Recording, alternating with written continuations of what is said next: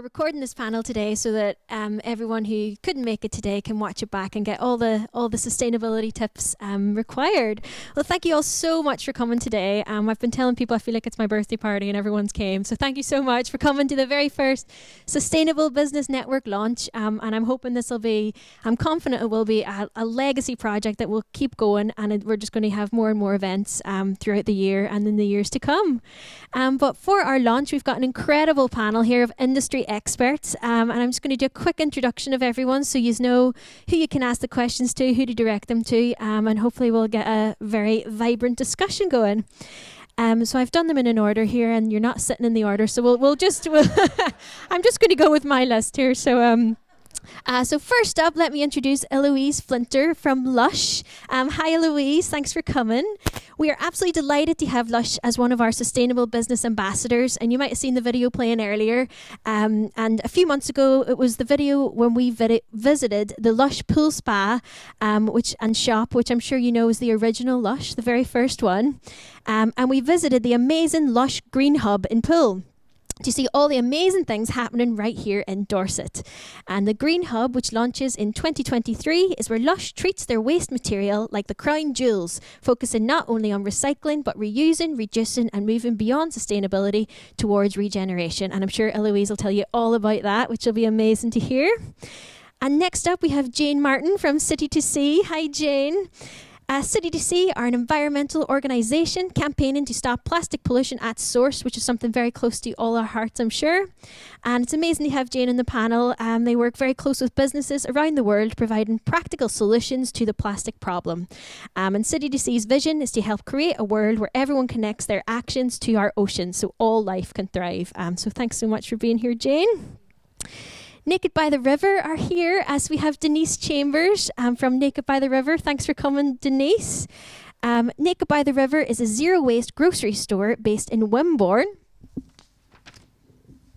And Denise started Naked by the River after being alarmed at the amount of rubbish and discarded plastic littering Dorset's countryside and beaches, and wanted to do something about it. And what a way to do it. So Naked by the River bring refillable and plastic-free everyday groceries to Wimborne and have helped reduce the huge quantities of plastic polluting Dorset.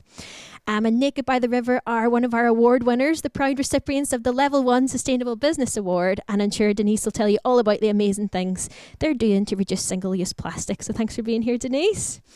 Next but not least, that's not a sentence, we have Matt Browning from Brothers Make on our panel today. Hi, Matt. Brothers Make create incredible recycled plastic products that are made from 100% recycled plastic, which have been donated by friends, family, and their local community.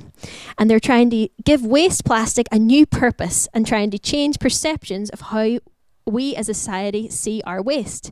They want us to remember there's no such thing as away. When you throw something away, you're just passing it on to the next person.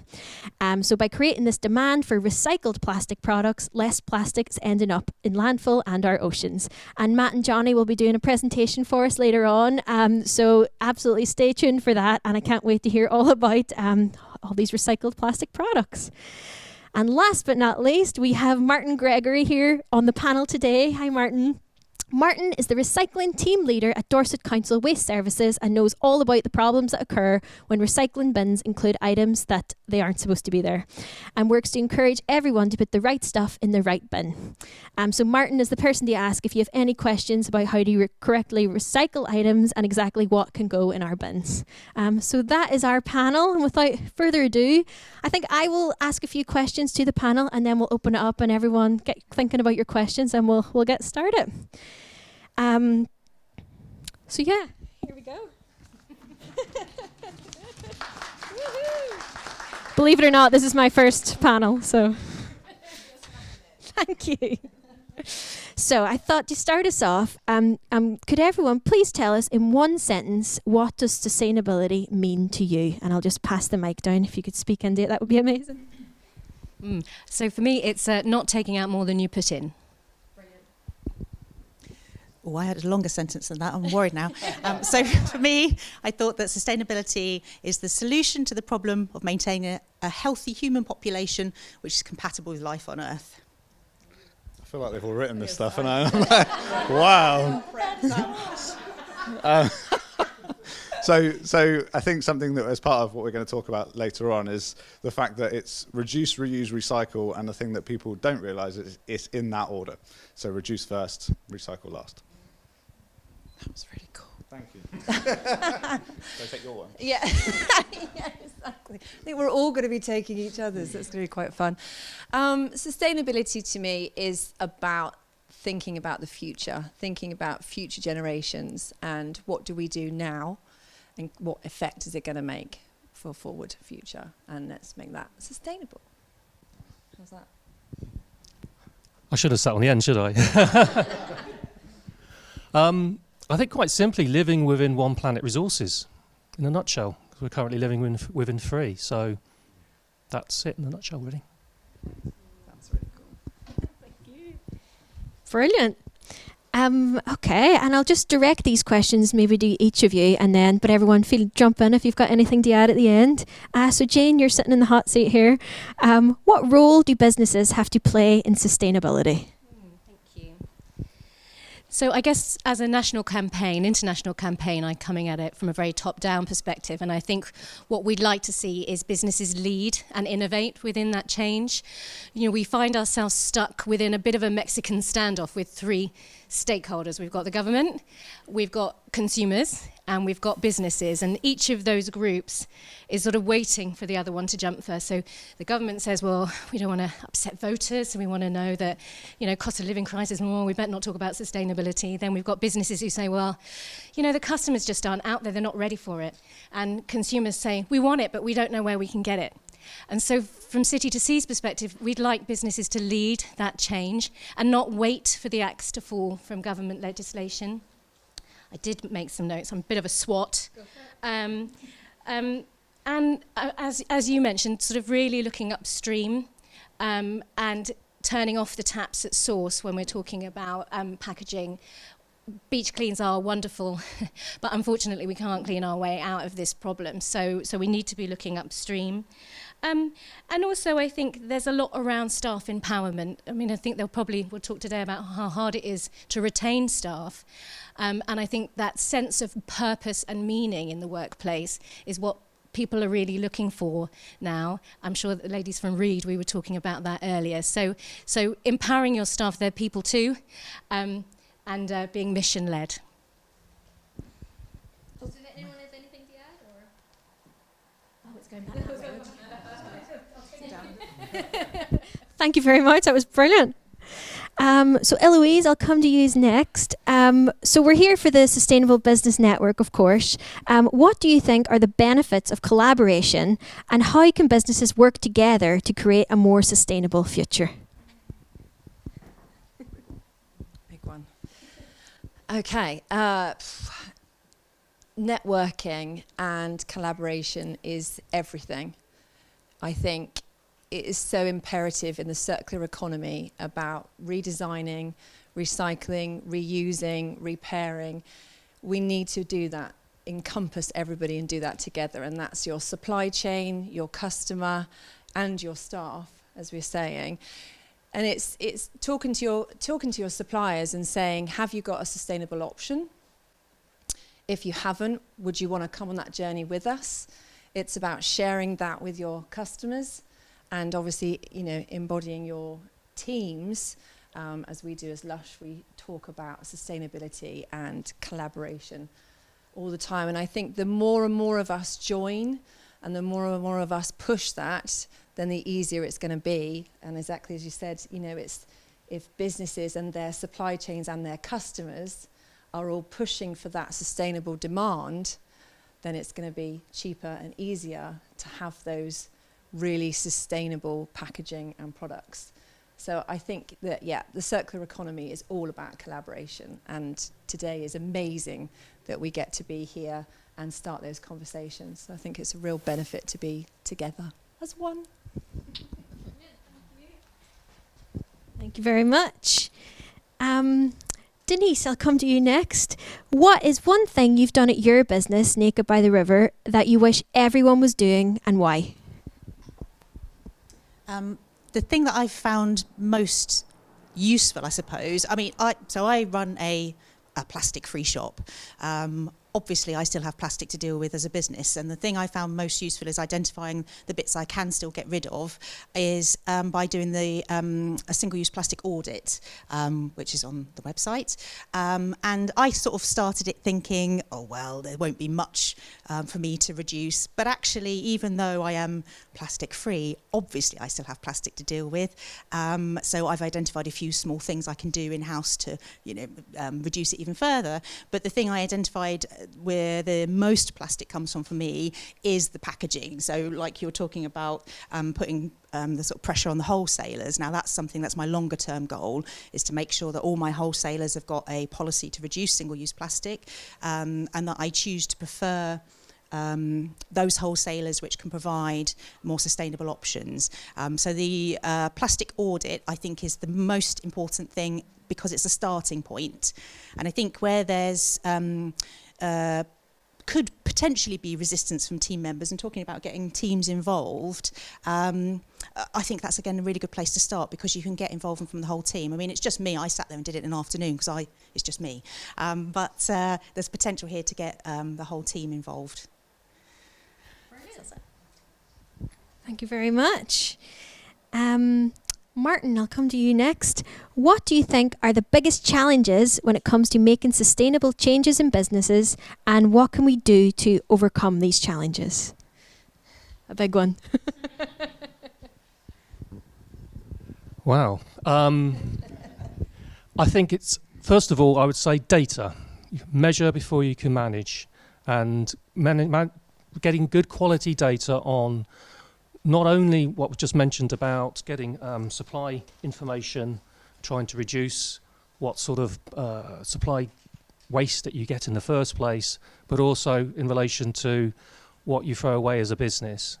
There are businesses out there that recycle a lot of materials now, including the Dorset Council's commercial waste team, which provides pretty much the same service as the household service, all of which doesn't go directly to landfill anymore. It all goes through and gets processed. That's the rubbish element. But also there's a huge amount of recycling, cardboard, food, plastics, that can be recycled from your business. So I think it's a case of, looking at from sort of cradle to grave in relation to what you receive and then what you're passing on to your customers. I'll take this opportunity really to highlight some forthcoming legislation that I think is going to make a big, big difference, called the Extended Producer Responsibility. And that's coming in imminently. In fact, data is supposed to be being recorded from March, and I think some companies have been encouraged to start in January. Now, it is for larger sized businesses, but I think it will filter down to smaller. The impacts of it will filter down to smaller. So basically, and I'm going to read this because it is specifically accurate in relation so that each business can relate to this. So for small businesses responsible for handling, supplying more than 25 tonnes of empty packaging or packaged goods through the UK market, this will basically mean you will have to then pay a certain amount to a scheme administrator.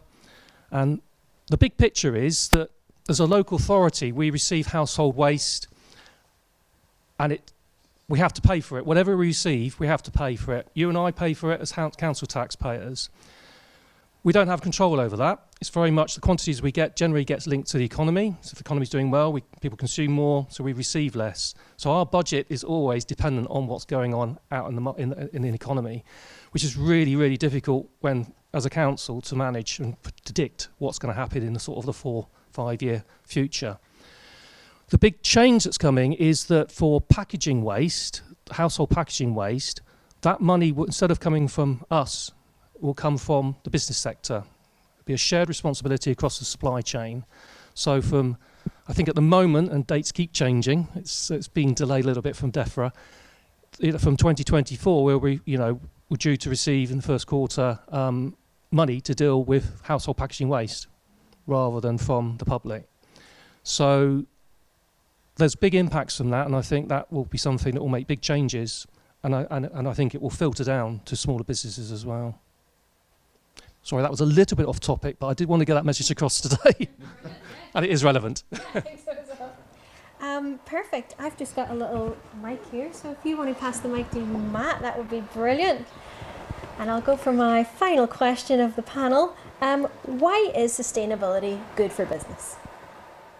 Wow. Okay. So, I mean, it's difficult, isn't it, these days, because there's so much greenwashing out there. There's so many people that are just doing it because they want to make themselves look good.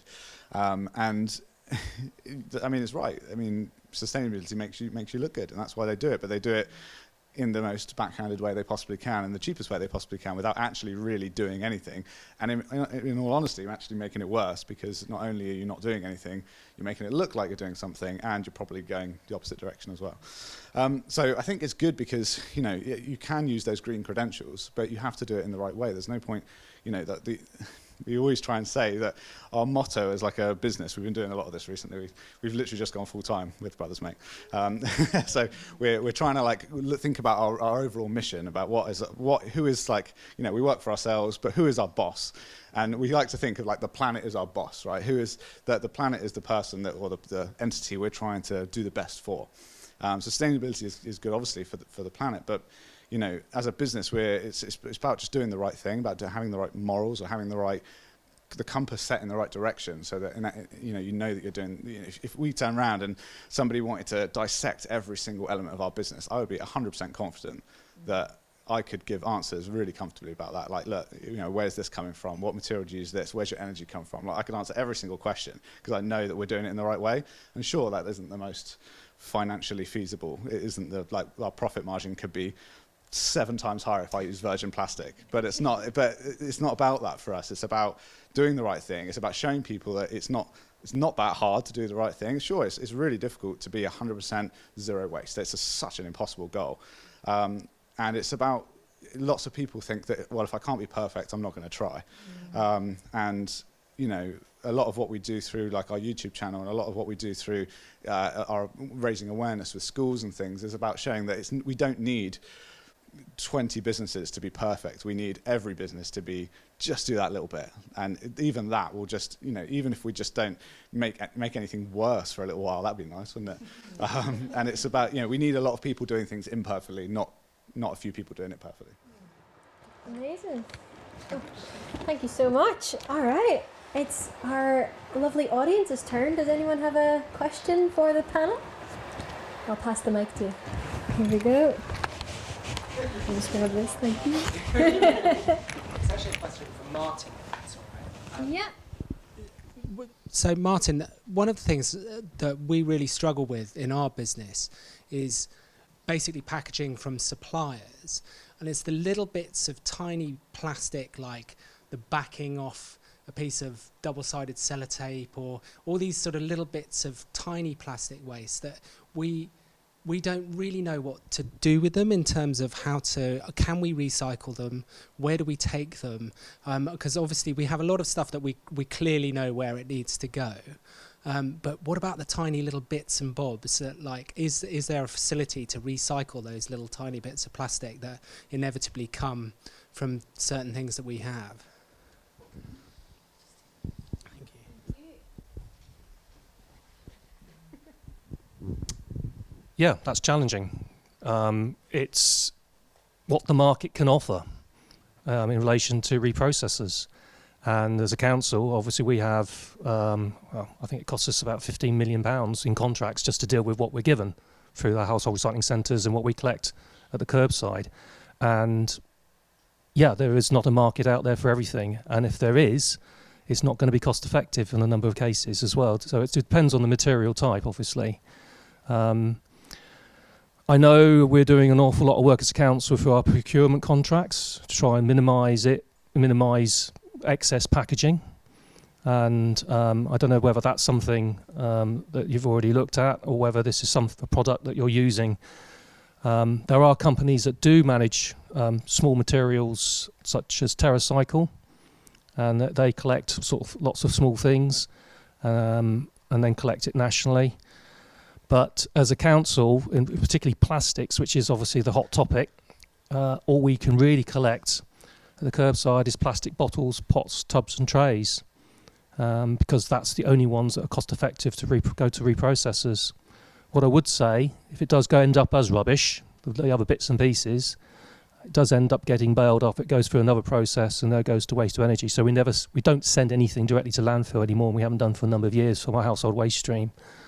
And that would apply to our commercial waste arm as well as other businesses, I suspect, have those outlets now. Landfill's very much a thing of the past, and I don't think we're getting that message out there enough, to be honest. You know, the waste management system in this country is very highly regulated. So there's still value in stuff going, even sadly, to waste to energy. But it's about getting the industry and reprocessors to be able to tackle other materials on an economic and an effective scale. But talk to suppliers. Brilliant. Any questions? Anyone else got a burning question? And I can build on that point. Oh, yeah. In terms of what you're saying around EPR, if the producers of this packaging are paying more tax to develop that, it then starts to have more of a value.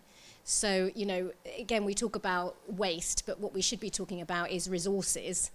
And these things should have a value, and, you know, certainly using the tax system to incentivize more processing and keeping that in the system is an important one. And also, you know, in terms of, you know, I don't know what business you're in, but in terms of your industry, and we were talking about this earlier to a lady in the floristry industry, you know, get together with other businesses who are receiving this stuff and send it back.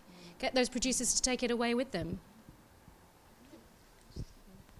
That's a really good point, and that's exactly what we'd want the network to do. You know, so this is obviously our launch event, so it's businesses of all different industries are here, but throughout the year we'll be having sector events, so that'll be a really good opportunity, you know, for retail businesses to get together and food and drink businesses and stuff. So yeah, that'll be great. Any other questions? Sorry? Oh, that's more of mine. I have a few questions. Okay, so this is just for everyone. So single-use plastic, we're funded by PPP, Preventing Plastic Pollution. So obviously everyone knows single-use plastic is a huge problem. I was just going to ask, what is your biggest tip to reduce single-use plastic in a business? If I just pass this down. Oh, I don't know who wants it first. You're doing it. Well, I'm going to stick with my audit. I loved my audit, and because I think that's the best starting point, really. Particularly if you can be overwhelmed with it, or you're, asking, what do you do with these little bits and pieces? How can you reduce them? What can you reduce? If you can't do those at the moment, what could you do instead? So I would say the audit all day long would be the starting point.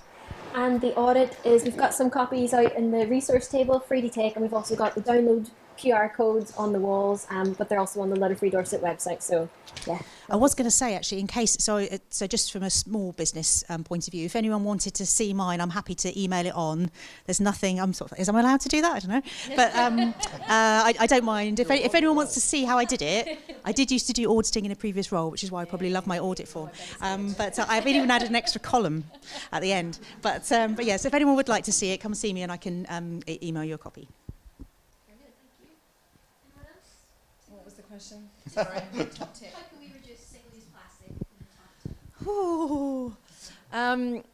Obviously, LUSH is a really big company, and 60% now of our products are naked, as we call it, which means without any packaging.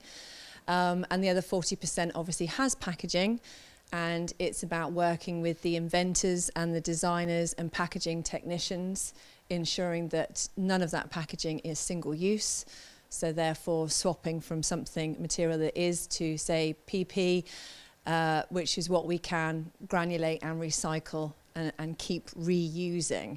So I think it's imperative to have sustainability, as we're saying, in those top beginning decisions, and how you're going to run your business, and then looking at, with the audit, I love that idea, is looking at each item that you already have and then saying, is that single use? Is there an alternative that could be reused, or even better, can it be repaired or turned into something else? So taking value of each item. So at the Green Hub, which we'll be launching hopefully in the summer, we receive all of LUSH's waste to the Green Hub, and then we have to process each item and say, what can we do with it? So I can't send it away. as you've said, so we have to look at it and say, can we extend its end of life and turn it into a different purpose?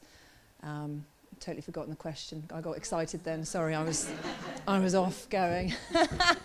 Hopefully I covered it. Yeah. Anyone else been in here? I would just say beware of false solutions. It's sad. If you run a cafe, for example, in your hospitality business, a couple of years ago, lots of different materials came on the market that felt like the answer. So a bioplastic cup, or, this great, we'll use bamboo. And I guess, that doesn't really solve the problem. And plastic definitely has a place in our supply chains. Lots of great things that we want to continue to be made out of plastic. It's the single-use element. So switching to wood or switching to bioplastics, switching out materials, it can be a kind of false economy, which unfortunately it's a shame. We were hoping for a wonder material like seaweed to come along and solve everyone's problems, and actually none of that stuff is going to scale as quickly as we need it to. So back to the waste hierarchy again, boringly, following that rigorously. It's also going back to the greenwashing thing I was talking about. It's these like kind of key terms that keep coming up, like compostable, biodegradable, like these things. Like everything in the world is biodegradable, right? Everything will biodegrade at some point. It's not that we're worried about. It's how much time it takes, right? Everything will biodegrade. It might take 1 million years, but it will. But again, compostable. We had a supplier come in recently, and they said, "Oh yeah, you guys seem to know a lot about plastic. Could you check this bit of packaging for us?" And we looked at it, and it's like, "Oh yeah, it says it's fine. It says biodegradable on the wrapper." And I'm like, "Cool." But they see these kind of terms, and a lot of companies think that's good. That solves that problem, and then move on to the next one. But a lot of things compostable. I'm sure Martin would be able to elaborate a little bit. Like a lot of things that say compostable or biodegradable are only in very specific conditions. Like they need air or sunlight to biodegrade. If they go in the ocean, if they get buried in a landfill, they're there, and that's it. These terms, it's just another kind of popular thing. I mean, it was initially biodegradable, and then compostable is the kind of the current one, and then you've got all these other ones like just coming out, and people think it's, again, like we were saying, like a wonder solution, but it's simply not. So it's about, like I said before, it's about try and eliminate it wherever possible. It's not possible, unfortunately, in every case, but yeah, try and avoid those and it's easy to say, but it's very, very hard to know what is and is not just people just trying to pull the wool over your eyes a little bit, I think. But yeah, just being aware of it, really, I think. Oh yeah, absolutely. So as part of this project, we've made some resources which we've got in the table, and one of them is the ultimate guide to packaging, and it was so eye-opening. I obviously did a deep dive into packaging and what there is, and yeah, the mystery behind this compostable, what it means, and there's no real rules about what you can and can't write on some packaging. So yeah, get one of those little guides if you fancy looking at it. I've kind of tried to decode it a bit to see what we're dealing with. But it really is just, it seems like you have all said, really, it's reducing is number one. There's no point in just replacing plastic, single-use plastic with single-use something else. Let's all get our coffee cups and our bottles and actually reuse stuff, so yeah. Brilliant. Emma's got a question. Let me just... Wait 1 second. Sorry. Sorry. We want to hear you. The point that Jane made earlier about the kind of interplay between the government, businesses and consumers, and I think we've got a lot of very small businesses here, and it can sometimes feel like, as a small business, you're waiting for the big ones to make the change before you do, because it can feel like a big risk. And I'd like to put it out to the panel how you think, as a small business, you can push your customers to accept the changes that you're making, and to kind of help you on that journey. Because I think a big concern of mine is coffee cups, like Emma just mentioned, and the goal for me as a small cafe, for example, would be to eliminate all disposable coffee cups, and hopefully every customer would then bring in their own. But as a small business, you're then taking a risk of losing a lot of that takeaway trade. So having that balance is really difficult. So any suggestions on how we can encourage customers to come on that journey with us would be really useful. Who wants to go first? Yeah, so a really good question, and I think like you're doing with the case studies. I think case studies help, and if you've got websites or your own social pages, it's about sharing perhaps on there another company or a bigger company that's doing that journey, so as to show that there's more and more of us out there doing it. So if you can have a case study, or you can say, you know, this company is going this, you know, doing this sustainable journey, and we're going to jump on and join it too. Please, would you help and, you know, and come along with us? I think it's massive about involving them. We get some customers that will come to us and, you know, say, where's the packaging? And they want the packaging. So, you know, and yeah, exactly. And, you know, the LUSH smell is so strong. That's because it's all naked. It's, you know, so the smell is out there. And if you can get the customers on board, but I think for a small business, it helps if that network and you're sharing that these guys are doing it, they're in my industry, or they're not in my industry, or they're, you know, a packing industry for those coffee cups, and they're the right ones, and this is the route we're going to go down. I also think rewards and gamification theory works wonders in this world. So, you know, whether you want to give them an alternative, you know, so they've got the way and what they're used to, and then offer them an alternative with a reward system in that, and they're rewarded for their sustainable choice that they've chosen with you, is another great way of doing it. Gold star. Gold star. Not plastic stickers, though. I mean, I think I'd say that as independent small businesses, you can change much more quickly, you can be much more flexible and agile than large chains. So, you know, these are like great big cruise ships, like your Costas of this world, that we need to stop and turn around. And that's why it's taken a really long time. You know, if you've got to source 8 million single-use coffee cups, you know, that's just some big units. So I think one of the things City to Sea are preparing is to support the borrow return process. So DRS, deposit return, is coming in so that you don't always have to remember to take your coffee cup, because we don't. And we are piloting a returnable cup scheme in Bristol, working only with independent cafes, because they can move quickly. You can make those changes. So I think there's an opportunity to be had in being a small business. And, you know, obviously in terms of the community, we have the national and international refill community. And there's lots of easy, you know, guidance on our website, and come and speak to Zana and I afterwards about that. And, you know, also in terms of cost, I think one of the things we haven't taken into account is the true cost of the things we sell. You know, a cup of coffee doesn't really cost £2.50, or maybe it's £4 now, God knows. But, you know, there are all those externalities around how you manage that coffee cup, you know, the carbon impacts of that coffee cup. And I think consumers are looking for refill and reuse. Some will pay more, not all of them. You know, certainly our research shows that if someone's coming into your coffee shop for a refill, they'll probably buy something anyway, because they're grateful for free water and they feel a bit guilty asking for a freebie. So I'm not sure if that fully answers the question, but I think being an independent business is an opportunity as well as a challenge. Does anyone else have any? Or does anyone have any questions? Aha.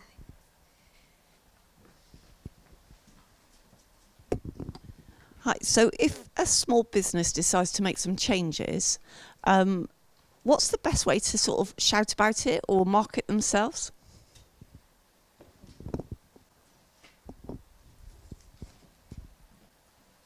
Anyone? I'll quickly. So I would suggest that you shout about it on the 16th of June, which is World Refill Day, where businesses come together to celebrate all things refill and reuse. You've got Plastic Free July. I jump on other consumer campaigns, you know, Litter Free Dorset doing some great work as well.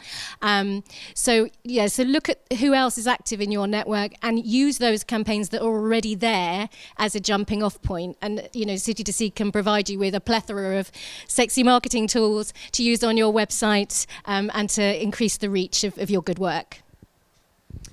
I was just going to say, social media, which seems like a bit of a no-brainer, but the same thing again, to save me having to try and think of something new every single day, it's useful to have dates in your calendar of when you've got big events like that, and then, promoting something in the build-up to it, celebrating it, and then feeding back, what happened afterwards, how many people took up the offer. I think there's a lot of people who want to feel that they're in on the latest things. I think if people think, well, everyone's doing that, I want to do that too, I think that's quite powerful.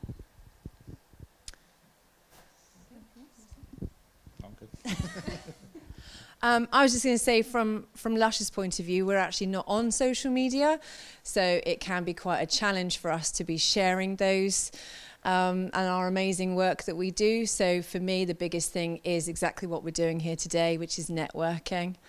And finding those groups out there that are doing it and going along with those and telling them that you're starting your journey, and gaining advice or working together is how we're sharing our journey. So yeah, if you don't have social media, it's a different way of doing it. Yeah, you've just touched on it, a couple of members here just touched on it, and what we do in order to encourage householders to do more is use social normalisation behaviour messaging. So, for example, more and more people in Dorset are recycling X or recycling Y. And through case studies and getting those sort of messages out there, people don't want to be left behind. People want to be seen to be doing what everyone else is doing. And those are sort of messages I think are quite strong, actually, for customers as well. Please, want to keep the mic, and if no one else has a burning question, I'll do my final little roundup. If everyone on the panel could just tell us very, very briefly, if everyone here went away today and made one immediate change in their business, what should it be?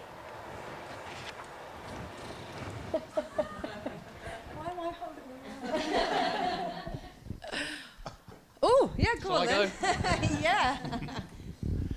I think it's talk to suppliers. Talk to suppliers. See if there's something that can be done to reduce your costs of what you have to do with what you end up having to discard, whether that's recycling or rubbish. They both have a cost. So, yeah, just to see whether you can receive things in returnable containers. It depends obviously on the nature of your business and obviously what type of product you're receiving, because obviously you need to make sure you protect your goods. But it's just finding little wins. And taking it forward that way. Can I do sharing? Yeah. So I used to be in hospitality, and in the hospitality industry, the places I've worked, sustainability isn't a massive conversation. Food waste is just part of a chef's life. It's how it was. And I think the biggest thing I found coming to LUSH is that the planet, the environment, and what we're doing is at the forefront of every single business meeting. So, and exactly what you said, it's putting the planet there within that conversation. And even Patagonia, didn't they? They had a board meeting and they had a spare chair, and the guy came in and wrote Earth on the chair at the board table and was like, it now has to be acknowledged. So I would say the biggest thing is to every day when you sit there and you're inventing or creating or thinking about a marketing plan, is to think about the environment and make that one of your master plans, one of those ticks. And as part of that as well, it's like, have the Earth sitting at your board meeting is great, and it's asking those questions, and you don't have to become an expert overnight. Like it's as I was saying before, it's really, really hard to know what the right answer is, and there's so much conflicting information as well. You can't just Google search something and you'll find so many different companies saying so many different things, like Coca-Cola coming out with these bottle caps which are attached to the bottles. Have you seen these things now? And it's like, oh, easy to recycle. It's like, well, no, hold on. And it's just, so again, I know I keep saying the same thing really, but greenwashing. So it's just question things. So if, you don't necessarily have to know the answer to it, but be the person that kind of questions it. Is that the right thing? You know, it's a pretty poster. It's a lovely marketing campaign, but is it really that sustainable? Like, what's the real kind of agenda behind that? And it's not easy to find the answer, and you might not ever find the answer. But by questioning it, you're putting yourself in the position where, you know, if there is an alternative, or if there is a question to be had or a conversation to be had with somebody in networking or any type of event, you're at least kind of putting yourself in that right mindset for it, I think. So I would say putting it out there what you're doing, so shouting about it to your customers, and then also putting the pressure on the wholesalers as well, because I think it is all, particularly if you're thinking in terms of business and you want to, you know, keep all your customers on side and you don't want this to be, you know, costing you anything, then I think you need to have people wanting to do it, people asking the question of you and what you're doing, and then you doing the same to the wholesalers to try and reduce down the amount of plastic. On a practical everyday point of view, I'm just going to say the audit again, because I think if you're just looking for a small everyday quick wins, then that is the best way I've found to identify them. Yeah. So for me, it would be, if you're a hospitality business, stop selling water in single-use plastic bottles and become a refill station and give people free, lovely, lovely tap water, which is great quality. If you don't have a cafe, or you don't, download the Refill app and give it a go. See if you can find places where you can shop, eat and drink without packaging. Brilliant. Thank you so much. That was amazing. Can we have a round of applause for our amazing panel? Thank you all so much for sitting on the panel today, and thank you all so much for coming along in the audience. And the day is not over yet, do not worry. So we're going to have a little 15-minute break now back in the warmer part of the museum. So please get a cup of tea, get warm.